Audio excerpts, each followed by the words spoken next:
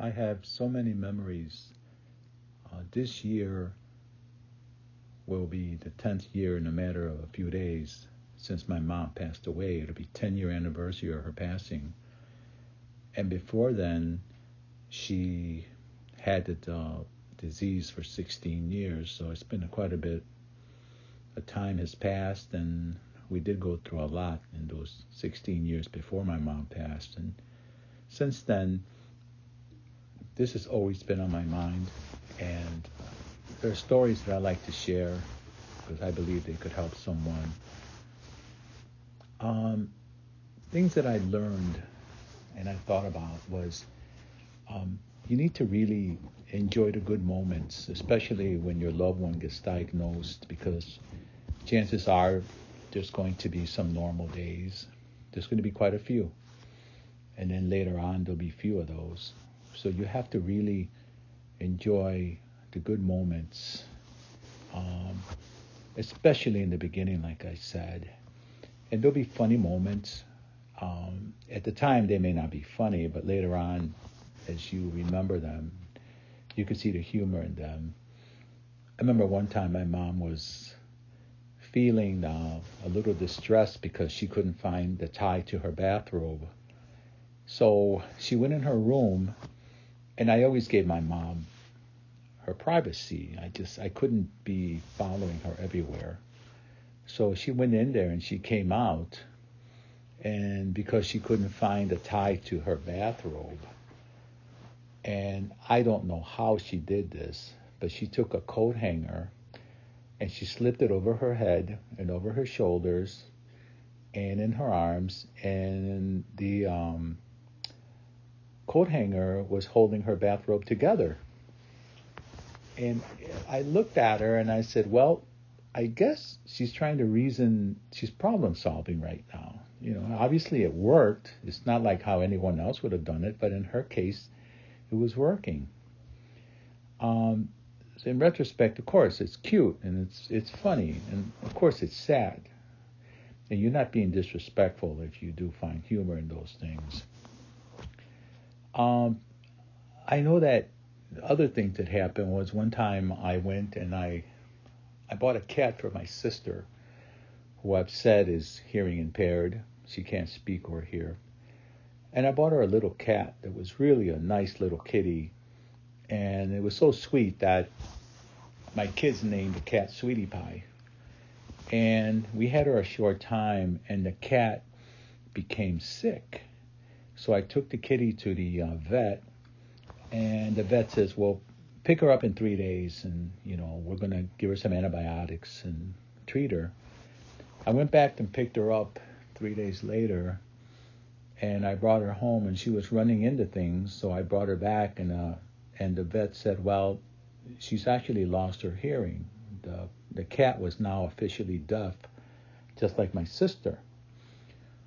So now in the house, I have a deaf kitty, I have a deaf sister, and my mom with the Alzheimer's, who at this time was trying to escape. She was going through that mode of trying to escape from where she was, trying to get back to her house and see her mother. So one day I get home from work and I go in, and my mom is screaming, and the doors are locked and the windows are locked, and my mom is screaming, I need to get out of here. I need to go. I need to get out. You need to let me out. And she would run from the front of the house to the back of the house and try every door, front and back. And of course, she couldn't get out. So the kitty cat was watching this, and it was funny because the cat would run ahead of my mother, and my mother would chase the cat, and my sister would chase my mother. So they were all three chasing each other, back and forth, back and forth. And this was going on for a while, so I couldn't do anything about it. So I just sat down and I was watching this.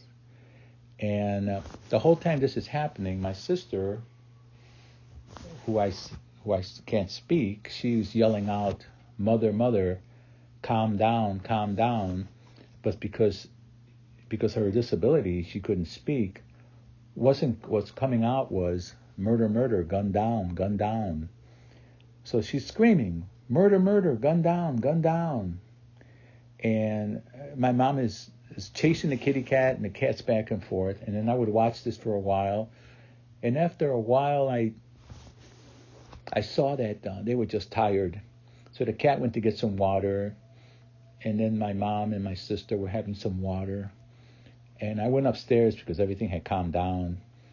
And my wife said, what is going on down there? And I said, you really don't want to know. I'll have to tell you about it later on. I was so exhausted from work at this point and just come home. But another thing I realized was that it's so important to breathe.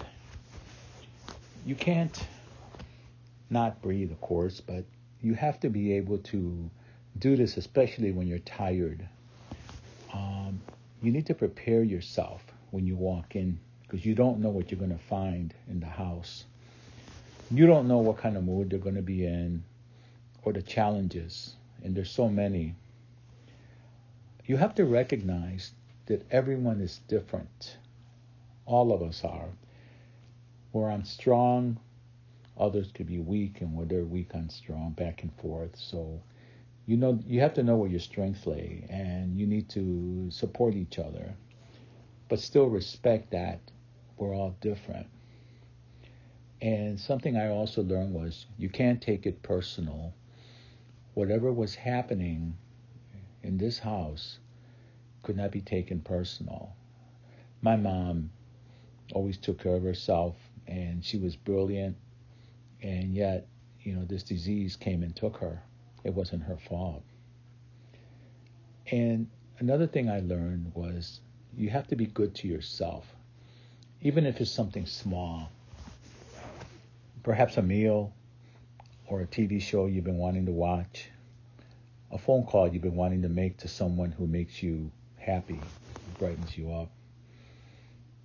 And I think that probably the last thing that I want to bring up is that you need to ask for help, because a lot of times you just think you can muscle through it, and sometimes you can, and most of the time you cannot. You need help, you need assistance, and you need to watch around you to see who's breaking down and who can do what and who's good at what. So those are really, really important points that I wanted to make today.